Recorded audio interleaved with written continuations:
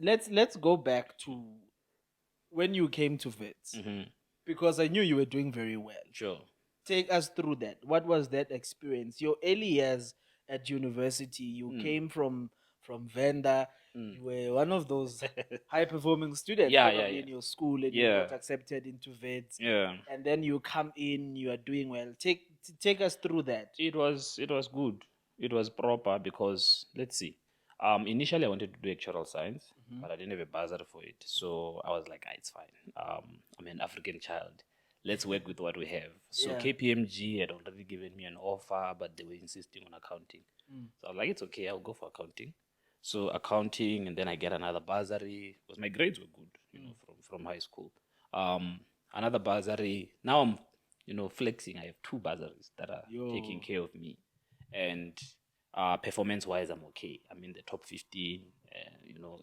Numbers are good and all of that. So I think the first 2 years were amazing. I'm not complaining. There it went very well until yeah. the third year, and then yeah.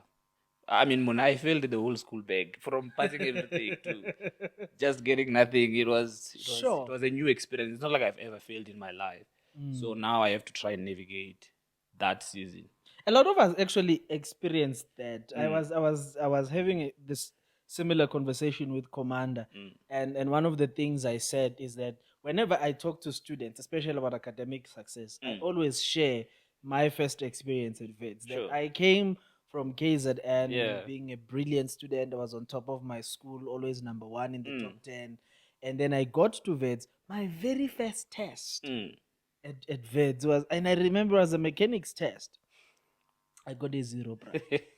and, and Okay, then- mine is not that bad. Mine is not that bad. Yeah, no. It came later, so I'm Sure. sorry for that. Yeah. it was really devastating, and it had a great impact on my self-esteem at the time. So I want to hear from you, because for yours is different. You were doing well in the first and the second year. Yeah. What happened? Had you asked this question in 2019, Yeah. I would have purely associated with the fact that I lost my brother. Okay. And I lost him a couple of weeks before the exam, the June exams. And that's the thing with accounting. Your June exams are like a critical factor to how well you will do at the end of the day. Yeah.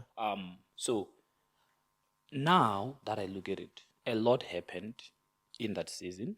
There were just so many things that I had to transition into. One, KPMG withdrew their sponsorship, and it was not because I'm failing. Why? It's because they had scandals. And Oh, I remember yeah, that. if you remember those. Yes, Yeah. I remember. So they Yeah. dropped us, even though I've passed to the other year. So now I don't have funding. That's problem number one. Two, I then lose my brother. So I feel like the losing of KPMG I was not conscious of it at the time. That, you know what, actually this is a big factor. Because I'm just a kid from Venda whose parents are not working anywhere. And now I'm losing the very people who have to pay for the fees. Despite how well I might be doing, it's a challenge, And I think the more I think about it, because I then told my brother, right? The one who passed away. Yes, I told him, like, I think 2 weeks before he passed on, I won't have a sponsorship and all of that. And he was quite optimistic. It's like, don't worry, bruh. Me, I'll take care of you. I'll pay for these things and all of that. Sure. Then 2 weeks later, this guy is gone. Right? So now I think unconsciously, I was thinking about it. That, one, I've lost a sponsor. Two, I've lost the very person who said, I'm gonna come up for you. I'll take care of you and all of that. We had like real plans. Where are we gonna stay and all of that? Because I was already worried I'm gonna get out of race and all of that.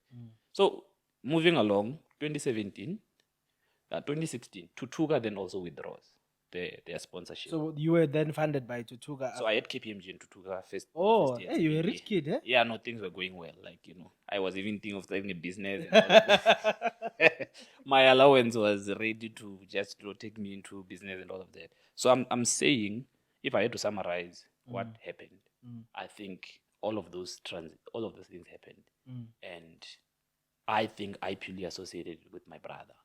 But in real terms, or the reality of the matter was that it was just a lot of things happening at the same time. And mind you, it was also during Fees Must Fall. Yes, I Fees remember, Must Fall yeah. is jumping in and all of that. And I feel like as a guy, maybe let me speak from a guy's perspective, I think we always have that I'm okay response to real challenges that we And only no, you're realize actually not. you are not okay. Yeah, you are not okay, but you are built to suggest to yourself that, you know what, it's okay, it's something, it happens, and all of that. So you you say you're moving on, but truth of the matter is you are moving on with unresolved, undealt with issues, and they will only start showing over time, or based on the quality of your decisions, the outcome of life, how life is turning out, and all of that.